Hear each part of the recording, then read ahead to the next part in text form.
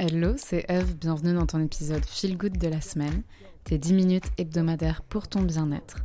Ce temps que tu prends juste pour toi, pour penser à ta santé mentale, à ta santé physique, à tes relations avec les autres, ta relation avec toi-même. Bref, installe-toi confortablement et c'est parti pour l'épisode du jour. Aujourd'hui, on va parler d'amour. Donc je suis trop contente de te retrouver parce que c'est un sujet que j'adore. Je pourrais parler d'amour tout le temps. Et au passage, petite astuce, c'est un détail mais je te le partage parce que le jour où j'ai découvert ça, j'ai trouvé ça génial. Je sais pas toi mais perso, j'aime pas trop quand je rencontre quelqu'un faire du chit-chat ou parler de tout et de rien, mais quand en fait tu restes vachement en surface et que la conversation est pas méga intéressante. J'aime bien avoir des conversations profondes avec les gens. Quand je les rencontre, savoir assez vite qui ils sont en fin de compte. Et quand tu parles de tout et de rien, ça t'aide pas trop. En revanche, parler d'amour, c'est sans doute un des meilleurs moyens de comprendre vite comment fonctionne la personne, comprendre rapidement ce qui se passe dans sa vie, échanger des vraies émotions, échanger sur des sujets importants qui, pour toi comme et pour cette personne, je pense on considère tous que c'est important l'amour dans notre vie. C'est des sujets qui nous enflamment, on parle que de ça quand tu regardes les films, etc. Les humains sont passionnés par l'amour. Voilà, l'astuce, c'est donc quand tu rencontres quelqu'un, si tu as envie d'apprendre à la connaître vite et à éviter le passage de discussion qui est pas intéressant, parle d'amour directement. Demande-lui genre, ok, qu'est-ce qui se passe en ce moment dans ta vie amoureuse ? Viens, on en parle. Enfin, je te jure que moi, de temps en temps, je le fais quand je suis avec des gens et que j'ai envie d'apprendre à vite les connaître. Et ça marche à tous les coups. Et t'apprends toujours des trucs marrants et la conversation est tout de suite intéressante. Bon, revenons à nos moutons. Aujourd'hui, comme je te le disais, on va parler d'amour. Et pour t'introduire la problématique de cet épisode, je voudrais commencer par une question très importante. Est-ce que ça t'arrive d'avoir le sentiment que des personnes que toi tu aimes ne t'expriment pas leur amour, ne te le montrent pas à tel point que tu vas douter du fait que réellement elles t'aiment ? Peut-être que en plus, toi, tu as l'impression de souvent leur démontrer, leur exprimer par de mille et une façons, et que eux vraiment, ils te le rendent peu, et du coup tu doutes de leur sincérité, tu doutes de leurs sentiments, et ça te met plein de doutes dans la tête, et tu tergiverses, et bref, ça crée ensuite même des conflits peut-être, et en tout cas toi tu perds de plus en plus confiance dans la relation, tu perds confiance en toi et ça te fait souffrir surtout parce que ça fait souffrir quand il y a quelqu'un qu'on aime et où on a l'impression que c'est pas forcément réciproque ou que l'autre commence à se lasser ou qu'il nous exprime plus qu'il nous aime, etc. Et on peut évidemment se projeter facilement dans une relation de couple, mais ça marche aussi en amitié, ça marche aussi dans les relations parentales, familiales, bref. Si tout ce que je viens d'évoquer résonne en toi, alors il faut absolument que je te parle de la théorie des 5 langages de l'amour qui a été développée par Gary Chapman. Gary Chapman, c'est un auteur et conférencier américain qui est né le 10 janvier 1938 en Caroline du Nord. Il est principalement connu pour son livre « Les 5 langages de l'amour ». Justement, et c'est de ça dont on va parler aujourd'hui parce que c'est une théorie absolument incroyable pour réussir à mieux te connaître, à mieux connaître ton entourage, les personnes que t'aimes, et ça va te donner une forme de grille de lecture de l'amour qui est fondamentale pour avoir des relations qui se passent bien.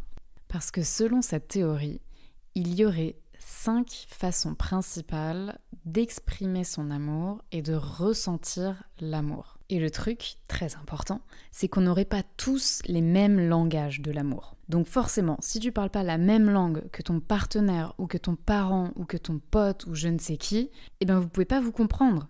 Donc je vais tout de suite te citer quels sont ces 5 langages de l'amour. Comme ça, tu vas pouvoir d'une part repérer quel est le tien et ensuite essayer de repérer quels sont ceux des personnes que tu aimes et des personnes avec qui tu as des relations. Et de déchiffrer ça, ça va te permettre d'une part d'être rassuré dans certaines relations, d'autre part d'améliorer toi, ta relation que tu as avec les autres et surtout, de pouvoir communiquer d'une meilleure façon et de pouvoir commencer à parler le même langage avec les gens que tu aimes. Ok, donc le premier langage de l'amour, c'est les paroles valorisantes. C'est-à-dire que pour certaines personnes, recevoir des compliments, des encouragements, des mots doux, etc., c'est vraiment une façon importante de se sentir aimé. Et de la même façon, quand ils aiment quelqu'un, ils vont avoir envie de le couvrir de compliments, de mots doux, de lui dire des trucs sympas, des encouragements et tout ça. C'est vraiment par là que ça va passer pour eux, le témoignage de l'amour. Le deuxième langage de l'amour, c'est les moments de qualité. C'est-à-dire que passer du temps de qualité avec son partenaire, avec sa famille, etc., avoir des conversations significatives, partager des activités, faire des choses ensemble vraiment, être 100% présent en fait, que ce soit pas juste ok on est côte à côte, mais que ça soit un moment de qualité, quoi, qu'on soit là, qu'on soit présent, qu'on soit dans l'instant, qu'on partage le moment. Ça va être très important pour ces personnes-là, pour se sentir aimées et pour prouver leur amour.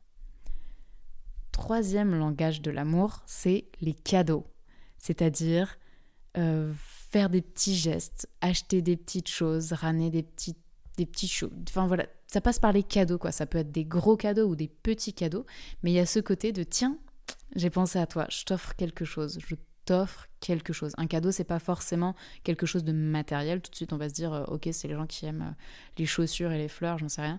Mais non, un cadeau, ça peut prendre plein de formes différentes. C'est vraiment cette idée de j'aime t'offrir des choses, j'aime te faire des surprises, j'aime matérialiser mon cadeau par quelque chose.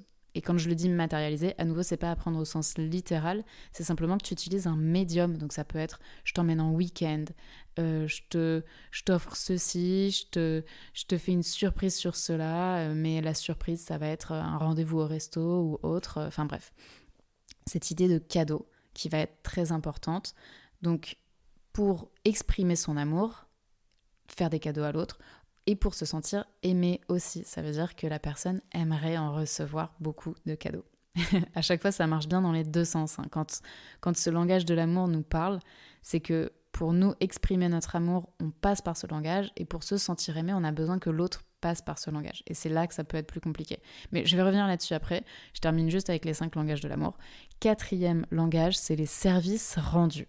C'est-à-dire que pour certaines personnes, recevoir des actes de service comme les tâches ménagères ou bien des petites attentions au quotidien, ou vraiment sentir en fait que l'autre comprend quelles sont nos problématiques, comprend quels sont nos besoins et va venir nous rendre service là-dessus, ça va être la plus belle façon d'exprimer son amour.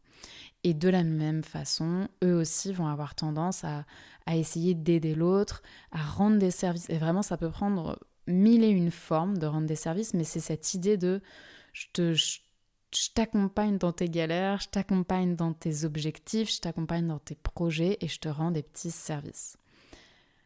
Ou des grands services, mais voilà.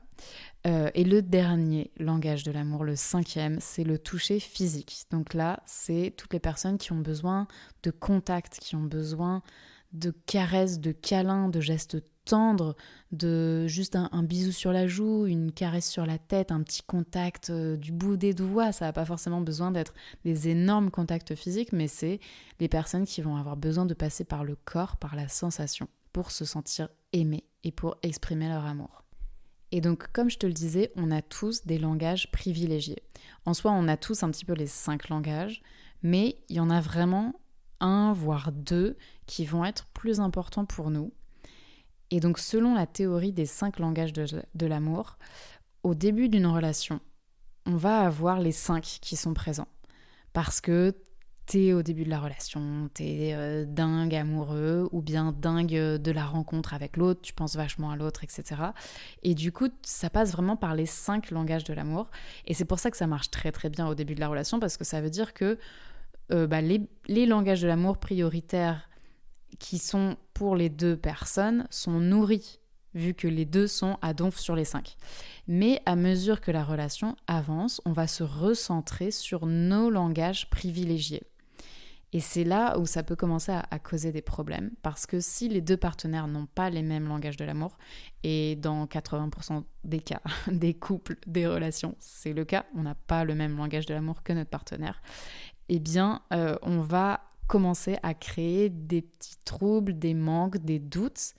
Et c'est pour ça que c'est vraiment important de comprendre d'une part quel est toi ton langage de l'amour, et de repérer quel est le langage de l'amour de ton partenaire, afin de pouvoir te rassurer déjà. Quand tu as l'impression que l'autre ne t'exprime jamais son amour, c'est peut-être juste que tu le vois pas. Parce que lui, sa façon de t'exprimer son amour, c'est peut-être d'avoir des caresses, d'être dans le toucher physique, d'être tendre avec toi, etc. Alors que toi, t'aurais besoin qu'il te rende service, par exemple. Et du coup, t'es en mode, ok, t'es là, tu me fais une petite caresse sur la tête, mais tu viens jamais m'aider pour mes galères, etc. Et du coup, c'est injuste pour les deux, en fait, parce que l'un, il a l'impression que l'autre ne reconnaît pas son amour, et toi, t'as l'impression que l'autre ne te donne pas d'amour. Enfin bref, dans tous les cas, c'est très problématique et c'est dommage, et c'est vraiment une source de conflit immense, et j'espère que toi-même, là, à mesure que je te raconte un petit peu tout ça, ça fait écho avec ta vie personnelle. Et donc maintenant, je t'invite à prendre vraiment le temps d'essayer de repérer quels sont, toi, tes langages de l'amour. Qu'est-ce qui se passe pour que tu te sentes aimé? De quoi tu as besoin? Et quand toi, tu aimes quelqu'un, qu'est-ce que tu as envie de faire? Comment tu as envie d'exprimer cet amour? Pose-toi vraiment ces deux questions pour identifier quels sont tes langages de l'amour.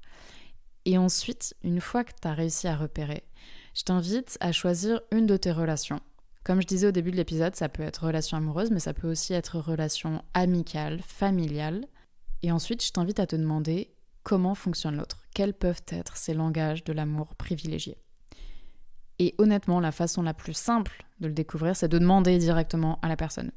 Donc, je t'invite carrément à envoyer là un petit SMS ou à faire un appel à la personne si jamais t'as le temps et t'as l'envie et t'as le courage. Mais réellement, ça va te permettre de mieux connaître les gens que tu aimes, de mieux communiquer avec eux et d'essayer de vous accorder mutuellement sur vos langages de l'amour. Parce que une fois que tu as identifié quel était ton langage de l'amour personnel, tu peux le communiquer à l'autre. Tu peux lui dire, en fait, c'est simple, mon mode d'emploi, c'est j'ai besoin que tu me dises je t'aime et que tu me le dises, vraiment. Moi, je passe par les mots. Mon langage de l'amour, c'est les paroles valorisantes. J'ai besoin que tu me dises je t'aime, tout simplement. Et sinon, je me sens pas aimée. Et voilà, c'est aussi simple que ça. Et l'autre, il peut le comprendre, en fait. Et il va se dire, ah ok, punaise, moi... c'était pas forcément ma façon première de t'exprimer mon amour, j'étais plus là à t'offrir des petits cadeaux. Et d'accord, je comprends qu'en fait, plutôt que de te ramener un bouquet de fleurs, j'en sais rien, tu préférais que je te dise je t'aime, peut-être. Et voilà, ça passe tout simplement par de la communication et de la compréhension. Après, je t'invite aussi à essayer de temps en temps d'être dans les 5 langages de l'amour. Parce que c'est vrai que c'est quand même assez dingue dans les relations quand tu fais tout ça pour quelqu'un et que l'autre aussi est là à 360 degrés à t'exprimer son amour dans les 5 langages de l'amour. Donc ça, j'en sais rien, tu peux te dire pour la Saint-Valentin, ou si tu as besoin de raviver un petit peu la flamme dans une relation, fais-toi un petit challenge, tu peux te dire, ok, dans une journée, dans une semaine, comment je peux réussir à exprimer mon amour des 5 façons envers telle personne que j'aime. C'est tout pour aujourd'hui. J'espère que cet épisode t'a plu, j'espère surtout que cette grille de lecture va pouvoir t'aider à améliorer une, voire plusieurs relations. Et je t'invite vraiment à ne pas hésiter à communiquer tes langages de l'amour de façon claire et transparente avec les gens qui comptent pour toi et à leur poser la question en retour, quels sont leurs langages de l'amour. Ça va vraiment t'aider à plein de niveaux. Je te souhaite une très bonne semaine, prends bien soin de toi. Pense à t'abonner, à partager cet épisode à quelqu'un de proche si jamais. Ça va pouvoir améliorer aussi de façon un petit peu plus subliminale. Genre, tiens, écoute cet épisode. Je te dis à la semaine prochaine. Ciao.